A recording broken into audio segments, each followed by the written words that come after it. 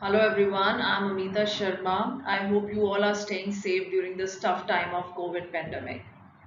In my today's video, I'll be talking about two major topics. First is industrial relation and the another one is employees grievances.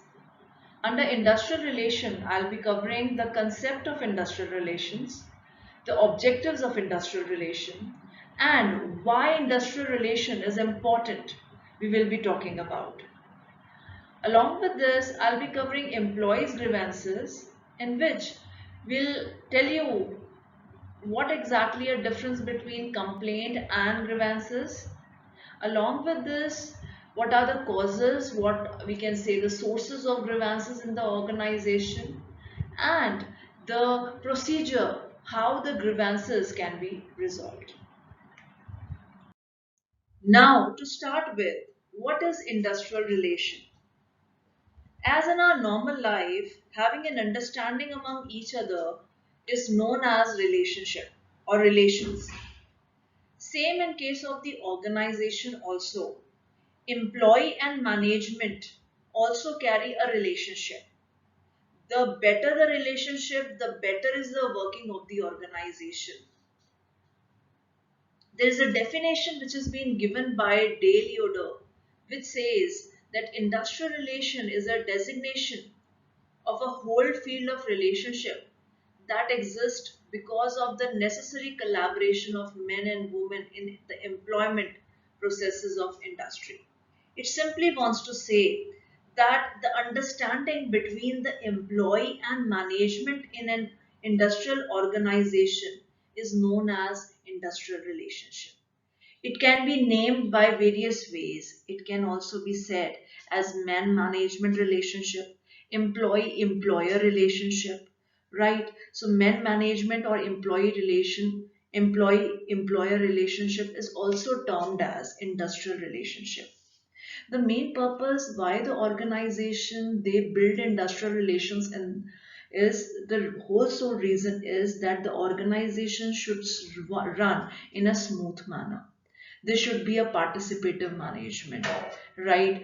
To develop the employees, to give them remuneration, to think about employee safeties and health. Along with that, the whole sole purpose of maintaining industrial relation is basically maintaining a harmonious relationship between them so that to as much as they can reduce down their industrial disputes. There are some basic features of industrial relations. To start with, first is industrial relations are the outcomes of employment relationship in an industrial enterprise.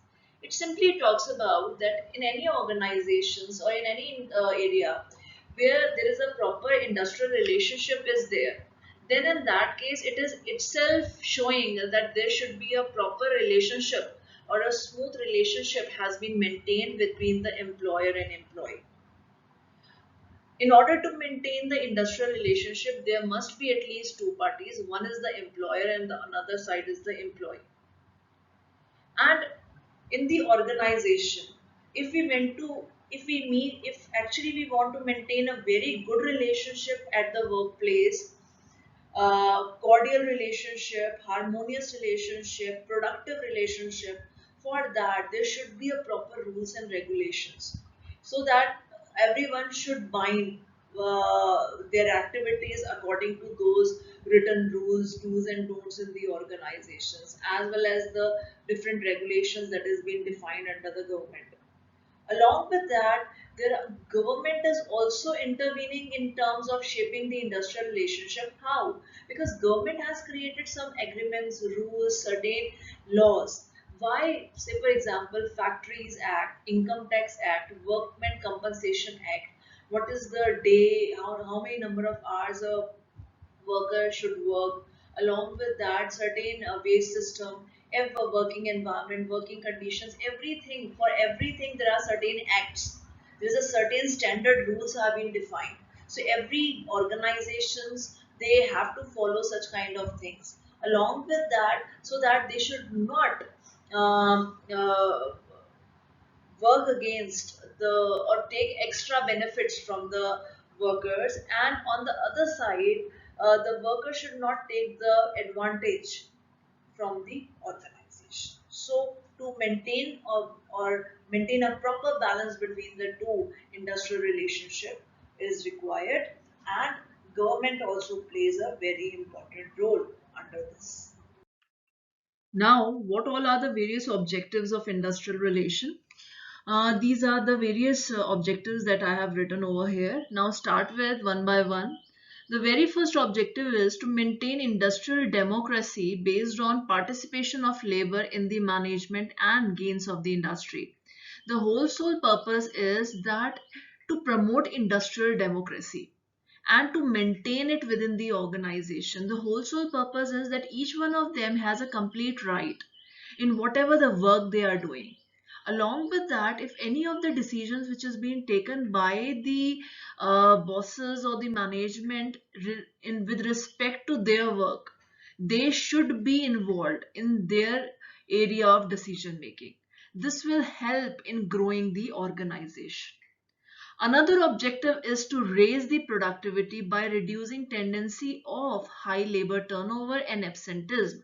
The whole sole purpose is to maintain such a sound relationship in the organization to enhance the productivity working in the organization, working on the results, functioning of the organization, and to reduce to whatever extent the high labor turnover means. Some most of the time when the employees they don't feel good in the organization, they find it not an appropriate place to work with, then in that case the people they leave the organization, or they become coming in the organization late, coming in the organization taking lot many leaves. So this is the reason why the organizations they always go down, and their productivity is also dependent on all such parameters. So whole sole purpose is focusing on the productivity and moving the employees,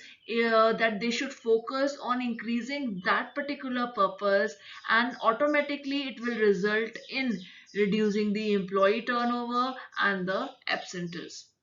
Another objective is to maintain a proper channel of communication in the organization. It is a very important thing whenever we talk about in terms of relations. So, for a sound, healthy relationship, it is very important that the communication should be very much clear. Communication should be clear in this particular way, like there should be a proper channel of communication, shorter channel of communication between top down and bottom up. If the bosses they want to communicate anything which is related to the laborers or the workers, then in that case that thing should be communicated properly, right? In a certain time period it should be clearly mentioned, and through what channel it should be floated, like there are some middlemen, there are some labor unions are there, so how it is going to be communicated it should be clear, so that there should not be a grapevine kind of communication, or any kind of restrictions, or any kind of unclear communication that happens in the organization. Or if it is a bottom up, so there should be a proper grievances, any kind of suggestions that the lower level people they are having, so it should be floated to the top management if they want to say anything, if they have any grievances, any kind of suggestions, any kind of things they want to discuss, they should have a channel in the organization, right? So that will helpful for the industrial, that is the whole sole purpose. Now another objective is to increase the morale and discipline of the employees. It is very important that if you want a good relationship among employer and employee, you need to always boost up the morale of your employees, of all your workers. And along with this, it is also important that while keeping the morale high of their employees, you also need to maintain a proper discipline in the organization, because most of the time it happens that if we more focus on the employees by giving them a lot of motivations and all, then sometimes they misuse those things as well. So in that case, we need to maintain a proper discipline at the workplace with the employees also. So we should have a boundary of rule, do's and don'ts in the organization. So everyone should follow, or follow such kind of do's and don'ts in the organization if we need a proper system or proper functioning at the workplace. Another objective is to safeguard the interest of the laborers as well as management by securing the highest level of mutual understanding and goodwill between all the sections in the industry. Right? This is again one of the important objectives that if we want to maintain a better relationship between the two parties, we always need to think about the interest of the other parties, right? We need to protect the interest of that particular party, as well as we need to think from the management perspective as well. you know uh, by doing such kind of things, it is very important that there, if you are going to think from both the benefits, both the interest of both the parties, then only these particular things can be developed. There should be a mutual understanding, and proper maintenance of goodwill is also being required. Another objective is to avoid all forms of industrial conflicts so as to ensure industrial peace by providing better living and working conditions to workers. It is very well said that within the organization, if you want to reduce any kind of mismanagement, any kind of conflicts, any kind of strikes in the organization, then in that case the organization, they need to provide better living. We have a very good example with us of with Google, who actually thinks about the lifestyle about their employees, how actually what how, thinking about what kind of additional benefits they should give to their employees, what kind of working conditions a particular what is the better working place for the employees. So they think a lot about their employees. So same in that case, organization should also think about their employees, what kind of working conditions you are providing them, what kind of living standards you are providing them. So it is very important, for maintaining a good or a sound industrial relations in the organization. What are the importance of industrial relation? Industrial relation usually imply good and positive relationship between the employee and employers. The good industrial relations help run an industry effectively and successfully. These are the various importance of industrial relations. The very first one is foster industrial peace. Now, when we talk about industrial relation, under this particular parameter, both the employer and the employee, they discuss the matters which are related to their field of employees together and consult before moving into any kind of action. Sometimes there are so many areas in which which are related to the workers, right? So in that case, the management, they consult them before taking any kind of decisions, right? They are being asked to give their own point of views, right? And if they have any kind of doubts in between, then they are going to be clarified then and there only before taking any kind of actions. So this is a kind of feeling, or this is a kind of things which will reduce any kind of conflicts that usually happen in terms of different people's mindsets, right? So this is very much helpful in terms of maintaining peaceful environment at the workplace. Another importance of industrial relation is that it promotes industrial democracy. Industrial democracy means the government has also mandated that the workers' participation at the various levels in the organization should be there. Whenever any kind of work related to their area, they are also being involved. say for example, if any area in which the their employer is taking the decision about the employee, then in that case the employee participation is also being required in terms of taking a better decision, because their participation is also being required. So whenever in the organization any decisions is being taken with any of the level, there should be a joint consultation. This will benefit both the parties, workers and management.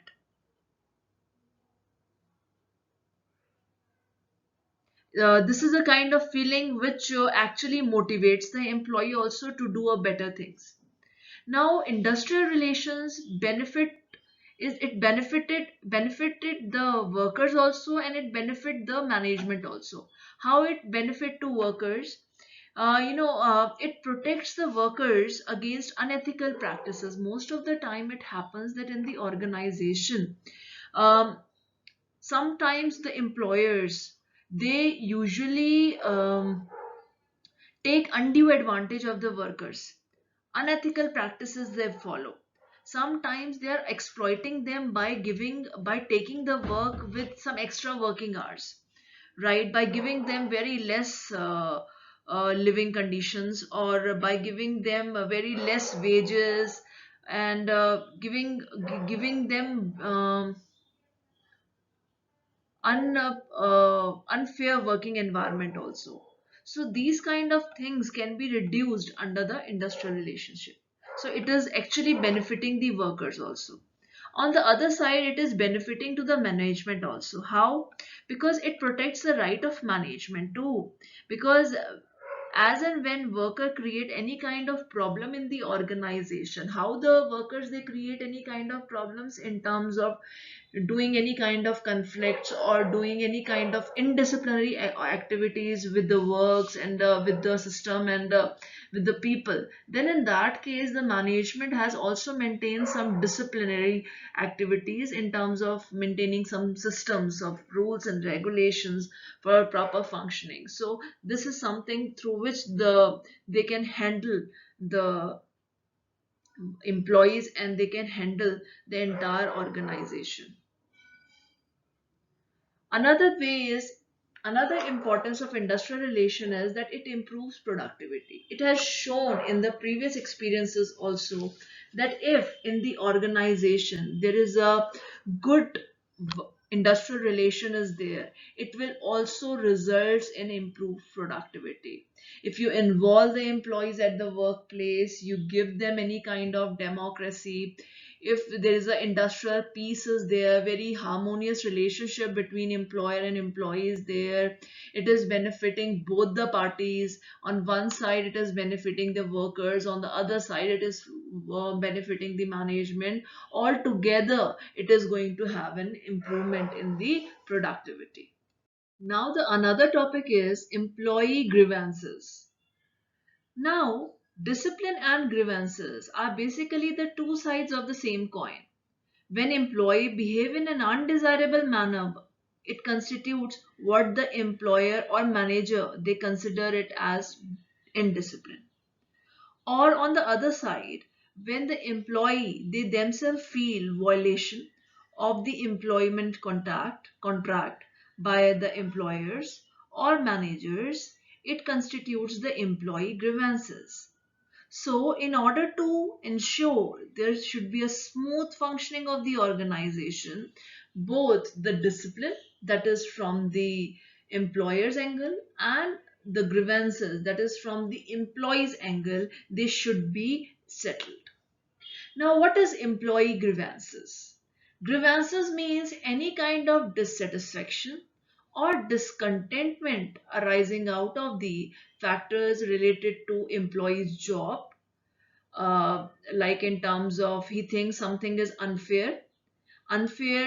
What is the meaning of unfair? In terms of they are not getting good wages as per the standards.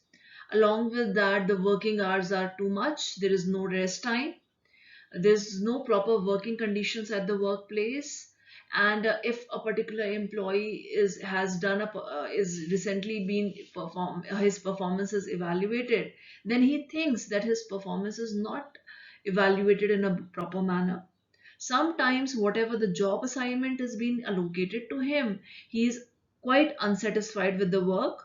Along with that, there are so many things related to interpretation, application of rules, regulations, and policies of the organization. So employees, they have a dissatisfaction in all these areas.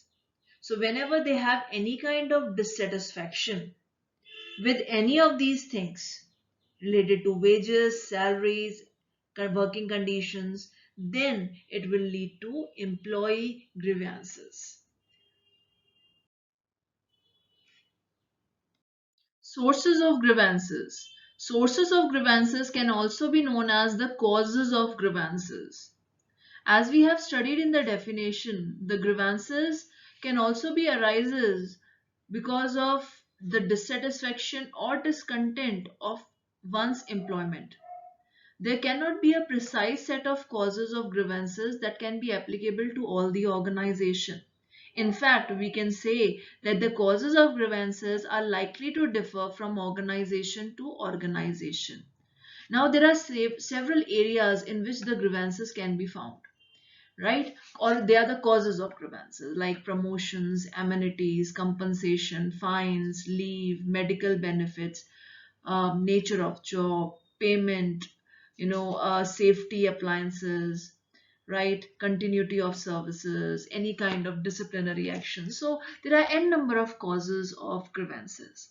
Now, these causes or sources of grievances can be categorized under three heads. First is management policy, second is working condition, and the third is personal factors. Now, in all the three sources, we have different level of grievances. So under management, it is a major heads. These are the three major heads that will cover n number of grievances that can occur at the workplace. We'll study one by one. Now the first is management policies. Now the grievances may occur from the management policies as well.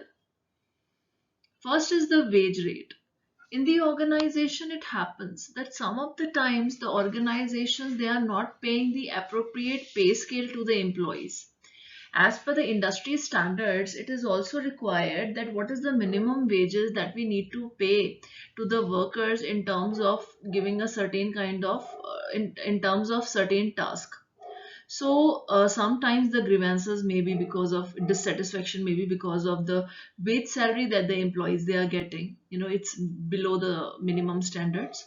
Sometimes the leave policies, whatever the leave policies that the company they had decided for the workers, sometime it is very less. Sometime there are so many systems are there like you can't take three leaves together, right, in every 1 month or 2 months. You can, every 1 month, once you are not getting confirmed, you are getting one leave in a month. So there's so many clauses are there in terms of the leave policy.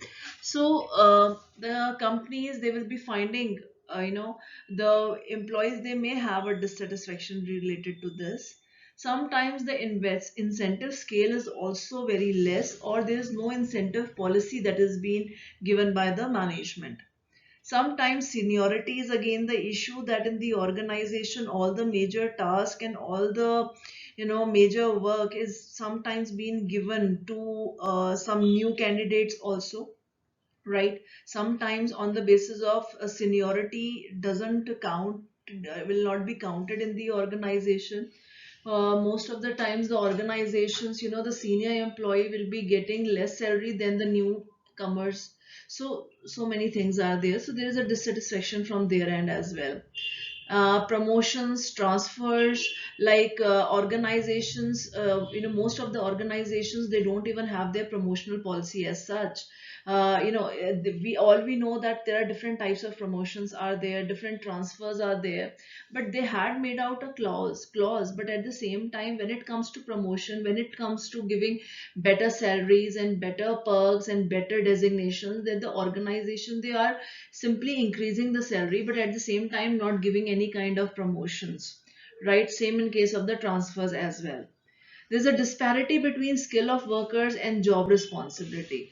Sometimes it is also has been identified that most of the times the organizations employ, they are carrying a different kinds of specifications, but the organizations have taken them for different job responsibilities that is not up to the mark for them. So in that case, they find a certain level of dissatisfaction at the workplace, at the same time with the management policies. Grievance resulting from working conditions. Now, in the previous slide, we talked about that what all are the grievances which are related to management policy. Now, the another area that causes grievances in the organization, it is the working conditions. Now, what all are the working conditions that can create grievances? The very first one is poor safety and bad physical conditions. Now, when I say poor safety, it means that the organizations, they don't even provide any kind of safety measures to their employees, and an entire physical conditions at the workplace, within the organizations, the various facilities that is being provided in the organizations, the buildings, everything, the what we can say, sometimes the organizations, they don't even have the inadequate washrooms, cleanliness is not there. So these kinds of problems that the organizations, they provide. At the same time, health and safety provisions are completely poor. Sometimes most of the organizations, which are some areas which are very important, like some people, those who are working in different sites, fields, armies, navy, different areas where some kinds of safety is said to be very much important, right? Sometimes the organizations, they are quite ignorant in terms of safety. They feel that it is okay then. So these kinds of things will create a grievances at the level of employee. Another is unavailability of tools and proper machinery. Sometimes in the organizations, the raw material that is actually being required, the quality of raw material, the various equipments, tools, techniques, what kind of machineries. Sometimes when we are working on different kinds of systems also, it's not related to factory and manufacturing units only. Sometimes when you are working in the different offices also, sometimes if you have to give some good quality results, you need a good upgraded softwares, some paid softwares. So in that case also, if the organizations, they are not providing and they are looking out for good result, again it will create a kind of dissatisfaction at the employees end. Negative approach to discipline. Sometimes the organization, they don't take the discipline in a very serious manner.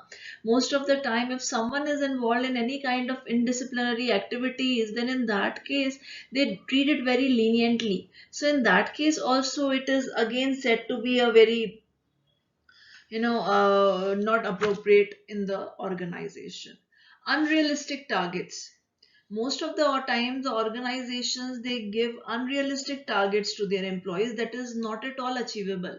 Like sometimes when we give the employees some kinds of task to do, it should be such that it should be achievable.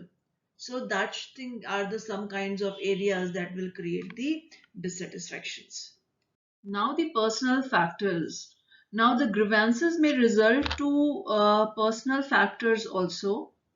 The very first is poor relationship with the team. Sometimes the superior, they are not maintaining a good relationship with their team members.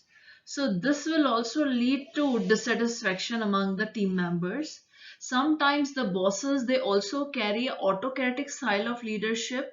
In that case, they are not asking for the others' point of view. They are the ones, whatever they'll decide, the members of the team, they have to follow it anyhow.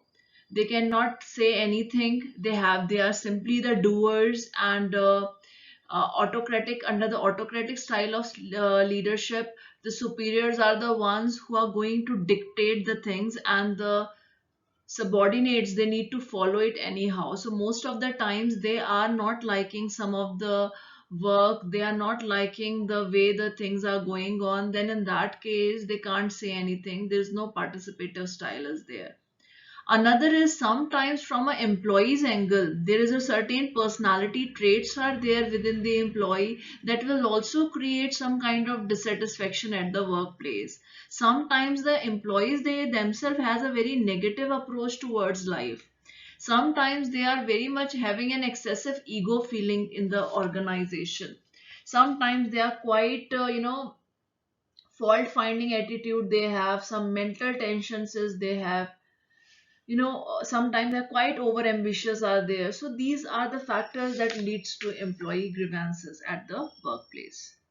Now, what is the basic difference between complaint and grievances? We usually use these words most of the time as a synonym to one another, but what is basically a difference between the two? When we talk about complaint, a complaint is actually an indication of an employee dissatisfaction which is being told orally. If you have any kind of dissatisfaction with something, some has misbehaved with you, some has done a wrong act with you, so in that case you just orally say something, and something you have talked about, but you have not submitted some that thing, that incident in writing. Grievance basically covers a complaint. Grievance is actually a complaint that is put up in writing and made it formal. With through, we will be following certain procedure through which that particular grievance can be resolved. Now, the grievance procedure, how the grievances can be resolved in the organization. It is said to be a formal communication between the employee and the management, designed for the settlement of that grievance.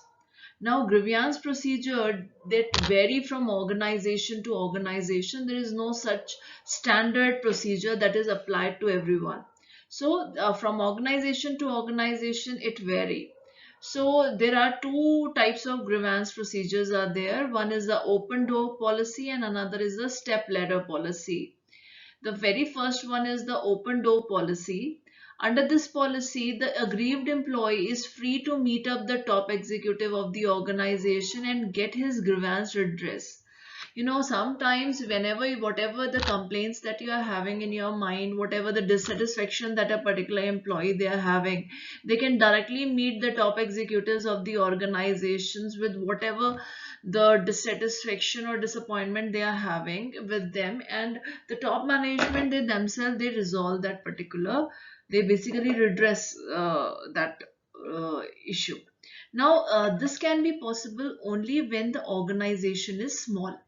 For a bigger organization where there is a lot of chain is there, there is a lot of hierarchy is there, then in that case it is quite difficult to directly communicate to the top level executives. So open door policy is open only in case when the organization is small. Now the step ladder policy. This is the another policy through which the grievances can be resolved. Under this policy, the aggrieved party, those who are having any kind of grievances, they are going to follow a step-by-step procedure for getting it redressed. Now the very first step is, whenever an employee is confronted with any kind of dissatisfaction, then he or she has to present his problem to the immediate superior, who is your immediate boss. Then, if the employee, after presenting his issue to the immediate superior, he is not satisfied with the superior's decision, then he is going to discuss his grievances with the departmental head, who is the head of the complete department within which he is your superior's boss. Right. Then, in the next stage, if the departmental head discusses the problem with the Joint Grievance Committee to find the solution. In every organizations, they have a Joint Grievances Committee is there. So the departmental head, they are going to discuss the matter with them. If the committee also they have failed to redress the grievances, then this particular matter is again being forwarded to the chief executive. Now, if the chief executive again is unable to redress, if these things are settled then and there only within all the steps, then the grievances can be redressed. But at the same time, if they are following the complete procedure within which each one of them is not giving a right solution, then the last stage is the voluntary arbitration. Right? In this, the chief executive, if from that level, if the grievance is not redressed, then this particular grievance is again being referred to the voluntary arbitration, where the award of arbitration is binding on the both the parties. Now, how? Basically, arbitration arbitrator who is acceptable to the employee as well as through the management. Arbitrator basically follows a quasi-judicial process where both the parties presence is evidence. Based on the evidence, both the parties have given their evidences. Now, based of their evidences so produced, the matter is cross-examined, and the arbitrator then think, applies his own mind, arrives to a particular decision. And when the arbitrator takes his own decision, his decision is said to be binding, right, final and binding for both the parties, for the employee as well and for the management as well. Now, this is all about how the procedure of grievances, how the grievances can be redressed, what are the reasons why the grievances occurs in the organization from the employee's angle. Along with that, the entire industrial relation part that we had covered. Thank you so much.